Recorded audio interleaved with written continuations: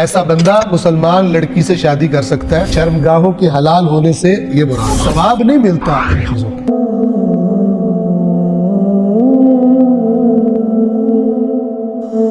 اس باب کی پہلی روایت عن القاسم السیرفی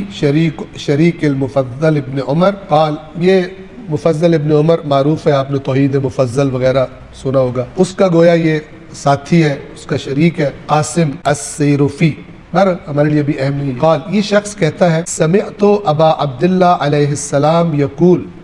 میں نے سنا کہ ابا عبداللہ علیہ السلام فرما رہے تھے الاسلام یحقن بہ الدم، اسلام کے سبب سے خون یعنی جان محفوظ ہو جائے۔ کلمہ کوئی پڑھ لے ہمارے سامنے، جیسے روایات بھی ہیں، تو پھر اس کے بعد اس کی جان مال جو حالت جنگ میں کفار کی نہیں محفوظ ہوتی، مثال کے طور پر کافر حربی کی، اگر وہ اسلام قبول کر لے تو محفوظ ہو جائے۔ وَتُؤَدَّى بِهِ الْأَمَانَةُ، اور اس کے سبب سے یعنی اسلام کے سبب سے امانت ادا کی جائے گی۔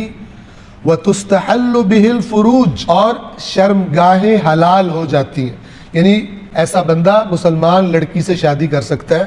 اس سے رشتہ کیا جا سکتا ہے، ایسی لڑکی مسلمان مرد سے مثال کے طور پہ شادی کر سکتی ہے، شرمگاہوں کے حلال ہونے سے یہ مراد۔ ثواب نہیں ملتا ان چیزوں کا، جو اللہ نے ثواب دینا ہے وہ کس پر موقوف ہے؟ فرمایا وَالثَّوَابُ عَلَى الْإِيمَانِ،